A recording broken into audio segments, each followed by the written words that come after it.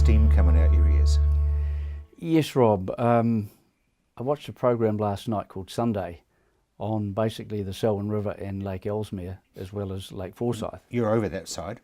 Over that side, lived over there for all my life, and I travelled through that river, through the Selwyn, last 2 weeks ago when that filming was being taken, when things were happening, and basically they've got it all wrong as far as the Selwyn River goes. There's a few things that people really should know about the Selwyn River.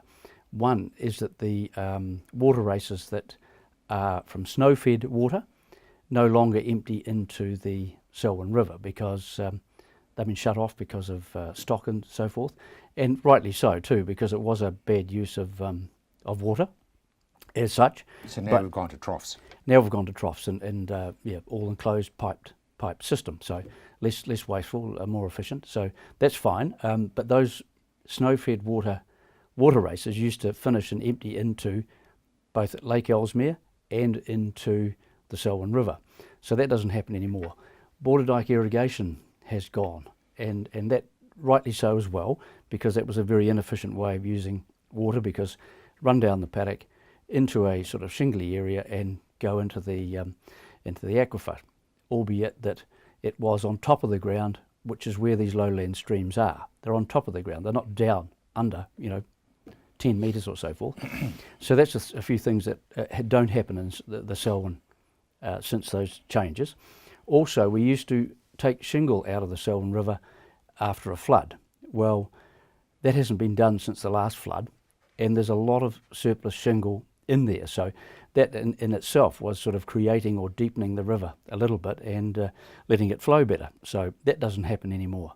But on the Sunday program, the Coast Ford crossing, we'd had rain. We'd had 60 mils of rain over 3 days, a lovely gentle rain over 3 days.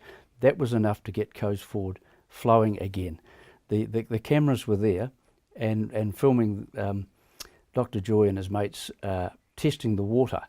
Well, I can tell you the water was pristine coming in from the rain. It was really, really clear, and he stirred up that water with his hand or his foot or something. You could see it in the filming, and dipped the beaker in and picked it up, and of course it was cloudy water. So that is misleading and absolute rubbish. I went through that river today, on our way here today. It is running again, it is raining, it is clean, clean, clean water.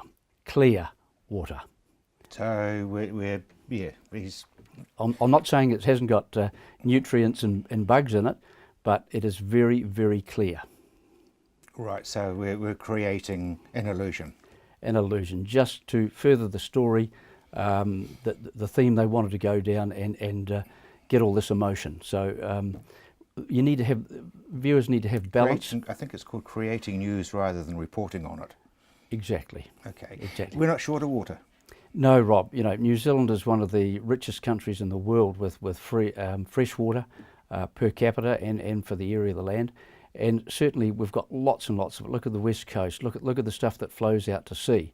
But we are very, very guilty of not harvesting it and not storing it. And I keep harping back to the Australians and what they could teach us about water. Oh, there's not one drop that lands on a farm that gets away. That's right.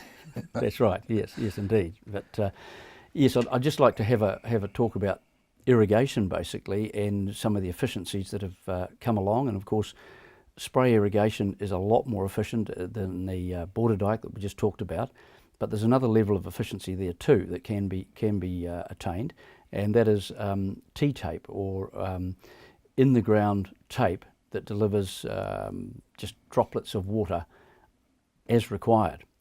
The efficiencies are just unbelievable. The energy reduction, of course the lack of evaporation, the lack of effect from wind, the sheer lack of emotion of irrigation, because it's happening, you can't see it, the efficiency in the amount of water that's used, and just the aesthetics of it, the overhead centre pivots and that don't look great, and the water being evaporated and blown around by the wind doesn't look great.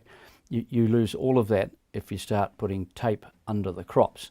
It's a little expensive at the moment, but it's getting cheaper, and indeed the Israelis are right into it, and they're a country that's short of water, and they actually use a paper tape that can be put in the ground, and it's a biodegradable. I was going to say it would mulch down. Yes, just a 1 year or possible 2 year operation, but certainly in row cropping and berry fruits and things like that, where the rows are quite a distance apart, it becomes relatively inexpensive. Yeah, that makes a lot of sense. How's the season gone for you? You probably mixed feelings about rain at the moment. Yes, Rob.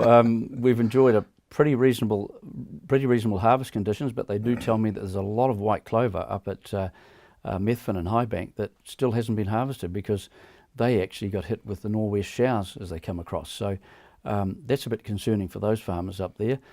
Some of the later crops like radish, there's a lot of that just sitting out there. Kale crops sitting out there ready to go. So everybody's starting to chafe at the bit and get ready to go for it. Do you need a lot more sun? Yes, probably need the wind more than anything else, and we can have southwest winds if the humidity is relatively low. So it's all about the humidity. You can have sun, but if the humidity's up, you can't start. And you can get out there and take your shirt off because it's so jolly hot. But if the humidity's up, the moisture in the grain and the seed is too high, you can't start. A lot of these very fine seeds like carrot and your radish, can you dry those? Yes, you can, Rob. Very, very carefully. Very carefully, I would have thought. Very carefully. It's like a hot potato when you harvest it out of condition. It through bacterial action, it starts to heat very, very quickly and can get very, very hot, and that can affect the germination. Right at that point there, you've lost your crop, basically. So aeration, air movement, segregation of green materials from your seed, those sorts of things can help. But it has to happen in a very orderly way, and you have to keep that seed cool, and you then have to start drying it down, not using high temperature, but dry air, and that can be cold air. In our facility, we actually put some air through it +5, just to cool the seed down and just hold it. And so it's all to do with you can't really go above 30, maybe 35 max degrees when drying, because that will effectively cook the germination. So there's you need to know what you're doing, and you need to get onto it quickly and treat it like a hot potato. Not drop it like a hot potato. Not at all. So basically, you can't treat it like a cereal crop. Well, cereals depends on the temperature on the day when you harvest them, and wheat, for instance, people are familiar with wheat bags that they go and put in their heat up in the microwave and put around their feet.